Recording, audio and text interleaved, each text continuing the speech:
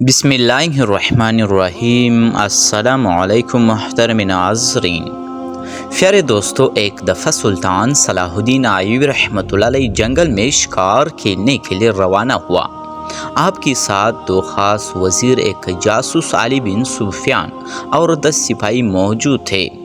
سلطان صلاح الدین ایوبی رحمۃ اللہ علیہ ایک چھوٹی سی قافلے کے ساتھ جنگل کی طرف تیز رفتاری کے ساتھ جا رہا تھا۔ چلتے چلتے سلطان صلاح الدین ایوبی کا گزر ایک گاؤں سے ہوا، کیونکہ جنگل کی طرف جو راستہ جاتا تھا وہ اس گاؤں میں سے گزر کر جاتا تھا۔ سلطان اکثر اوقات اس راستے سے گزر کر جنگل جاتا تھا، لیکن جب اس دفعہ سلطان اس گاؤں سے گزرا تو سلطان کی نظر ایک قافلے پر پڑی جو اس گاؤں سے نکل کر واپس روانہ ہو رہا تھا۔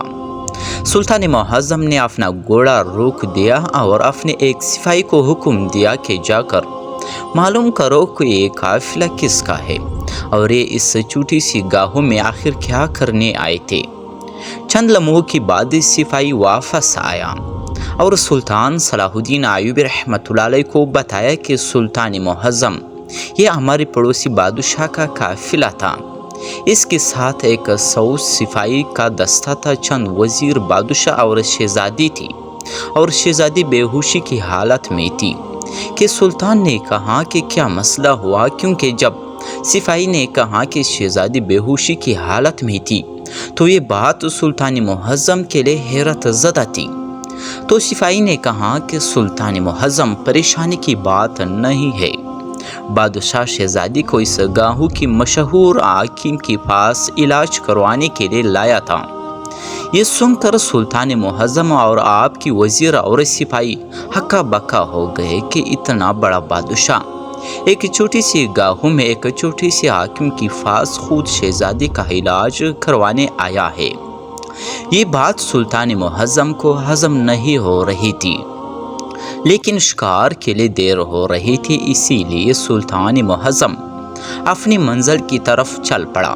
سلطان سارا دن شکار کھیلتا رہا، لیکن جب عصر کا وقت ہوا تو سلطان معظم نے اپنے سپاہی کو واپسی پر کہا کہ جاؤ اور اس قافلے کا پیچھا کر لو کہ بادشاہ کا قافلہ کس جگہ پڑاؤ کرتا ہے۔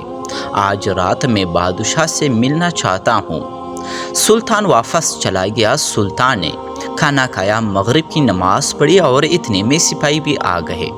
سپاہی نے سلطان صلاح الدین ایوبی رحمۃ اللہ علیہ کو بتایا کہ سلطان معظم اس گاؤں سے نکلنے کے بعد ایک چھوٹی سی وادی ہے اور اسی جگہ پر بادشاہ کی قافلے نے پڑاؤ کیا ہے۔ سلطان صلاح الدین ایوبی رحمۃ اللہ علیہ علی بن سفیان اپنے چند سپاہیوں اور ایک وزیر کے ساتھ اس وادی کی طرف چل پڑا۔ چلتے چلتے تھوڑا سا اندھیرا ہو گیا تھا، لیکن جب سلطان معظم اس وادی میں پہنچا تو سلطان کی جاہ و جلال کو دیکھ کر بادشاہ سمجھ چکا تھا کہ یہ عظیم سلطنت کا سلطان صلاح الدین ایوبی ہے۔ بادشاہ نے سلطان کا استقبال کیا اور اسے اپنے خیمے کے اندر لے گیا۔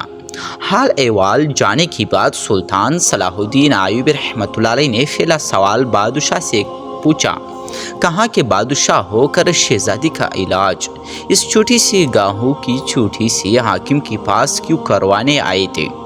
تو بادشاہ نے کہا کہ سلطان معظم، ضرورت انسان کو محل سے نکال کر اندھے گاروں میں لے جاتے ہیں، میں تو پھر بھی ایک آباد گاؤں میں آیا ہوں۔ سلطان معظم کو اس کی باتوں میں تجسس پیدا ہو گیا، لیکن سلطان نے اس سے پوچھا کہ آخر شہزادی کو کیا مسئلہ ہوا تھا کہ نوبت یہاں تک پہنچی اور تمہیں اس گاؤں میں آنا پڑا؟